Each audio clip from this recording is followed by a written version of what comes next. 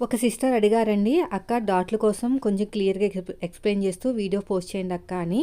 So నేను అదే ఇప్పుడు వీడియో అయితే పోస్ట్ చేశానండి. వీడియోని ఎక్కడ స్కిప్ చేయకుండా లాస్ట్ వరకు చూడండి. ఫస్ట్ వచ్చేసి మనకి బ్లౌజ్కి 3 డాట్స్ ఉంటాయి, 4 డాట్స్ ఉంటాయి. ఇష్టాన్ని బట్టి ఉంటుంది అనమాట. మనం తీసుకున్న ఆది బ్లౌజ్కి 3 ఉన్నాయి అనుకోండి, 3 వేయండి. 4 ఉంటే 4 వేయండి. మోస్ట్లీ నాకు 3 వస్తాయి. తర్వాత ఇది వచ్చేసి మిడిల్ డాట్ అంటారు. ఈ డాట్ చాలా ఇంపార్టెంట్ అనమాట. చెస్ట్ సైజుని బట్టి ఉంటుంది. చెస్ట్ సైజు అంటే మిడిల్ చెస్ట్ అనమాట. మిడిల్ చెస్ట్ ఎక్కువ ఉందనుకోండి, డాట్కి మధ్యన గ్యాప్ 1 ఇంచు లేకపోతే 1.5 ఇంచు అలా ఉంటుంది. తక్కువ డాట్ ఉంటే 1 ఇంచ్ కన్నా తక్కువ ఉంటుంది. అంటే తక్కువ చెస్ట్ ఉంటే తక్కువ సైజ్ ఉంటుంది అనమాట. డాట్కి మధ్యన గ్యాప్. హైట్ వచ్చేసి షార్ప్గా కావాలంటే పొడుగు ఎక్కువ ఉంటుంది. మాకు అంత షార్ప్ వద్దు, మాకు రౌండ్గా కాకుండా మామూలుగా కావాలి అనుకుంటే మాత్రం తక్కువ ఉంటుంది. ఈ బేస్ చేసుకునే ఈ మెయిన్ డాట్ని బేస్ చేసుకునే మిగతా 2 డాట్స్ అయితే ఉంటాయండి. మూడో డాట్ వచ్చేసి చంక వైపు నుంచి ఇలా క్రాస్గా ఉంటుంది అనమాట. మన దగ్గర ఉన్న మెయిన్ డాట్ పట్టేసుకుని చంక దగ్గర ఉన్న డాట్ వేసేయచ్చు ఈజీగా.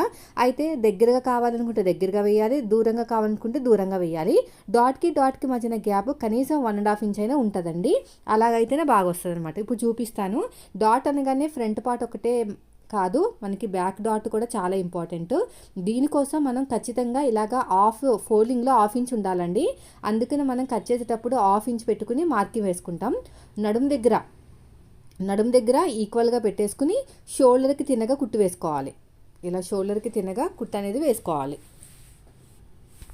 ఇప్పుడు నేను ఎలాగైతే వేస్తున్నానో అలాగా షోల్డర్కి తిన్నగా వేసుకోవాలండి కుట్టు అనేది.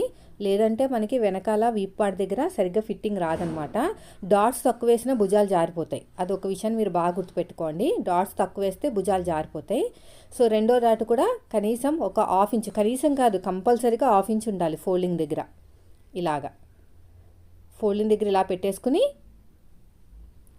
క్రాస్గా మార్కింగ్ వేసేసేయండి. ఇలా క్రాస్గా మార్కింగ్ వేసేసేయండి ఇలా నీట్గా. ఇప్పుడు ఎలాగైతే నేను మార్కింగ్ వేస్తున్నానో అలాగా మనం ముందుగానే మార్కింగ్ వేసి పెట్టుకున్నాం. కుట్టుకుంటూ వెళ్ళిపోతే సరిపోతుంది. అయిపోయిందండి. తర్వాత వచ్చేసి ఇక్కడ మెయిన్ డాట్ ఇలా పట్టేసుకుని మెయిన్ డాట్ని పట్టేసుకుని ఇక్కడ ఫోల్డింగ్ వైపుకి ఇలాగా షోల్డర్కి తిన్నగా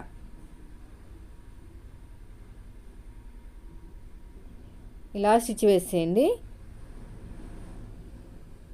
తర్వాత వచ్చేసి ఉక్సుపట్టి కాజాపట్టి దగ్గర ఉన్న డాట్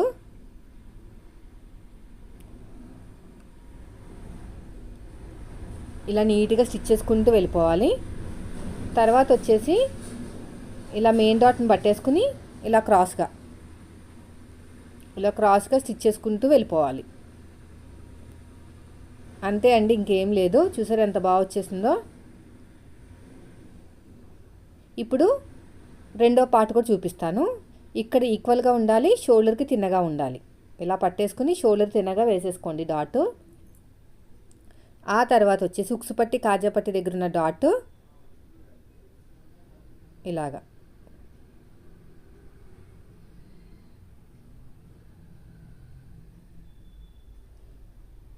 తర్వాత వచ్చేసి ఇలా క్రాస్గా మెయిన్ డాట్కి తిన్నగా ఇలా మెయిన్ డాట్కి తిన్నగా తీసుకోవాలి. అయిపోయిందండి. చూసారు ఎంత బాగా వచ్చేసిందో. ఇదే మెథడ్లో మీరు బ్లౌజు కుట్టారంటే ఫ్రంట్ పార్ట్ జారిపోయినట్టు కాకుండా బాగా స్టిఫ్గా ఉంటుంది. వీడియో నచ్చితే లైక్